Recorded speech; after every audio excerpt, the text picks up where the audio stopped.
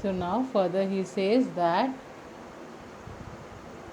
year we lived at the edge of the town on Walnut Avenue. Behind our house was a country vineyards, orchards, irrigation ditches, and country roads. In less than 3 minutes, we were on Olive Avenue. And then the horse again began to trot. The air was new and lovely to breathe. The feel of the horse running was wonderful. My cousin Murad, who was considered one of the craziest members of our family, began to sing. I mean, he began to roar. Every family was a crazy streak in it somewhere, and my cousin Murad was considered the natural descendant of the crazy streak. Here, the word descendant means a system that develops from an early simple version. So, then further he says, before him was our uncle Khosrow, an enormous man. Enormous means huge. Man with a powerful head of black hair and the largest moustache in the Saint Jochen Valley, too. A man so furious in temper, he was so angry always, he used to get angry on small things. So irritable, he was very irritating also, so impatient that he stopped anyone from talking or by roaring himself. He used to roar loudly and he used to say, it is no harm, pay no attention to it. So this was a stock reply of this man. Now here let us see the meaning of the hard words. Vineyard here is a plantation of grapevines used in wine making. Orchards are a piece of land of the plantation of fruits. Irrigation ditches are man-made channel used to deliver water to homes, industries and other uses. And trot means proceed with something. And I told you the rest. What is Saint Jochen Valley? It is one of the long interior valleys of California. So in these lines, the narrator says that Aram lived at the edge of the town on Walnut Avenue. There were orchards, vineyards, irrigation ditches, and country roads behind his house. They were on Olive Avenue within 3 minutes, and the horse started to proceed further. The air felt new and lovely to breathe, and Aram felt wonderful sitting on the horse, which was running. And Murad started singing loudly, who was considered one of the craziest members of the family. And there is one crazy person in every family, and Murad was the one natural descendant of the crazy race in their tribe. And before Murad was Uncle Khusro, who was a huge man with black hair and large moustache in the valley. He had an energetic temper and was impatient, which was irritating. He used to make everyone stop talking by roaring loudly, by shouting loudly, and say, it is no harm, pay no attention, which was his stock reply for everything. Now, further, in the next lines, it is said that was all, no matter what anybody happened to be talking about. Once it was his own son Arak running 8 blocks to the barber's shop. So now here the narrator has started giving introduction, start citing the incident that how they just called this Uncle Khusro as crazy. Now he's telling the incidents which proves that Uncle Khusro was a crazy member of the Garoclanian tribe. So he says that his son Arak, that is son of this man Khusro.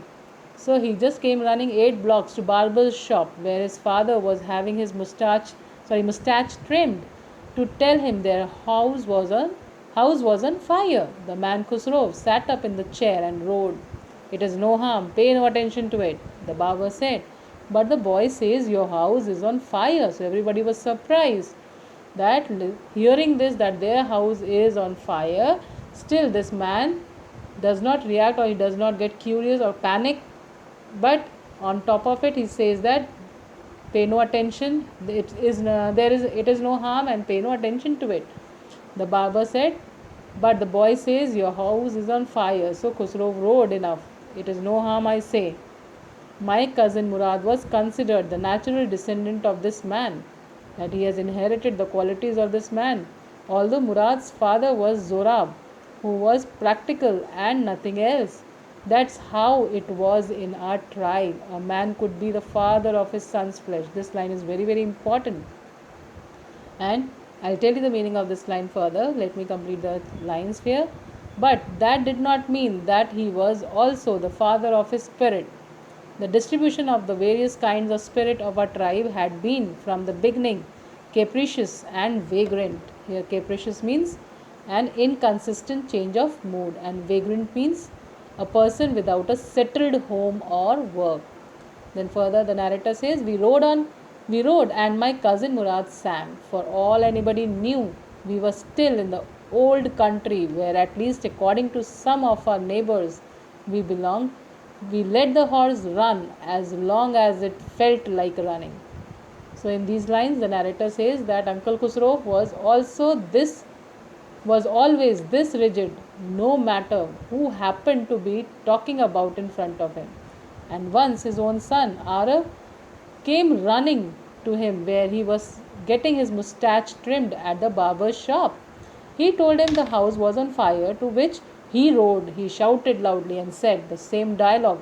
Barber was amused, he was shocked and tried to talk to him about it, but as usual Khusro roared again and did not pay attention to it. Murad was considered to be the natural descendant of this man, but he was not his son. So his father was Zora, who was a practical person. So here the narrator says that a child may look like his father, he may have a similar looks like his father, but that doesn't mean that he may inherit the nature and attitude of his father. Their attitude and nature is same, it is similar, it is not necessary, though a child may resemble in looks with his father. So further, and then he says there are different kinds of people in their tribes, moody and without any settled work or home. They were still riding the horse and Murad was still singing loudly, and they were still in the countryside where according to their neighbors they belonged to. Then further it is said that at last my cousin Murad said, "Get down, and I want to ride alone. Will you let me ride alone?" So here it is said that I asked, "What is up?" To the horse my cousin said, "Get down, the horse will let me ride," I said. "We shall see," he said. "Don't forget that I have a way with the horse." "Well," I said, "any way you have with the horse, I have also for the sake of your safety," he said. "Let us hope so. Get down." "All right," I said, "but remember, you've got to let me try to ride alone." So now here this is a conversation between the two boys, that is Aram and Murad, and they both are just contradicting to each other. They are saying, because Murad suddenly he just stopped the horse and asked Aram to get down of the horse as he wanted to enjoy riding alone. So then further he says, "All right," I said, "but remember, you have got to let me try to ride." So Aram says that, "Okay, I am getting down, but you have to let me ride. Then after you have a ride, then you will allow me to ride alone."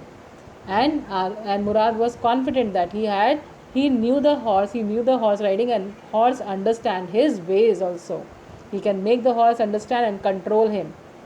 Then he says, "I got down and my cousin Murad kicked his heel into the horse and shouted, 'Wazir, run.'" So it is the name that he is giving.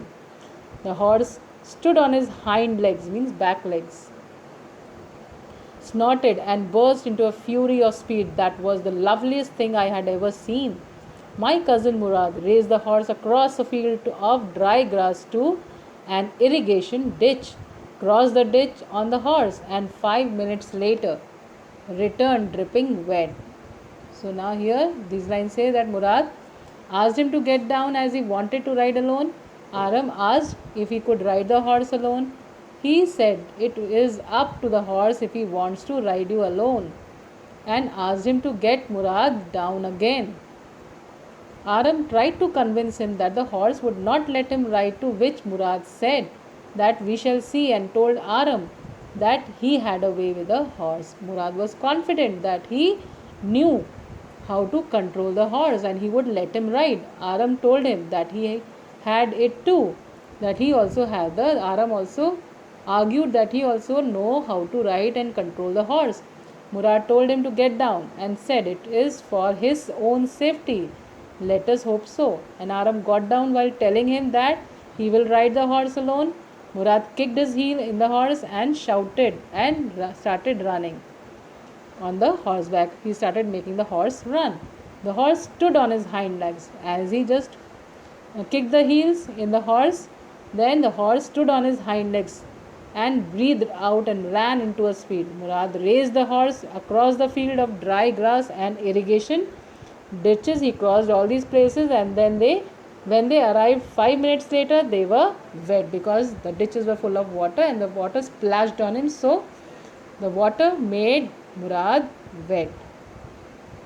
Then further in the next lines he says the sun was coming up. Now it's my turn to ride, I said. Then further he says, my cousin Murad got off the horse. Ride, he said. I leaped to the back of the horse and for a moment knew the most awful fear imaginable. The horse did not move. Kick into his muscles, my cousin Murad said. What are you waiting for? We've got to take him back before everybody in the world is up and about. So it is dawn time, and before everybody is awake, and if they see both these boys on the horseback, then they would be caught. So before that, only the before the late morning, they wanted to keep the horse back, to hide the horse back. Then further he says, I kicked into the muscles of the horse once again. It reared and snorted, then it began to run. I didn't know what to do. Instead of running across the field to the irrigation ditch, the horse ran down the road to vineyard of Dickon Haliban, where it began to leap over vines. The horse leaped over 7 vines before I fell. Then it continued running. My cousin Murad came running down the road. I am not worried about you, he shouted. We've got to get that horse. You go this way, and I shall go this way. If you come upon him, be kindly. I'll be near. So here reared means raised and snorted means breathed out. So here in these lines the narrator says that the sun was almost up and Aram told him that it was his turn to ride. Murad got off and Aram sat on the horse. He was fearful and the horse did not move. Murad tried to guide him by saying that he should try to kick into his muscles and told him that he should hurry because they need to take him back before everyone woke up. They need to hide the horse before everyone could see them. And then Aram kicked into the muscles of the horse, to which the horse again raised and breathed out. The horse began to run, and Aram did not know what to do next. The horse started going towards the road and leads to the vineyard of Dickon Haliban. This is the place. It began to move over vines, and Aram fell down. That means he could not control it. The horse continued to run, and Murad came running down the road towards him. And Murad told him that he is not worried about him whether he is injured or not, but he was more worried about the horse, as they had to hide the horse.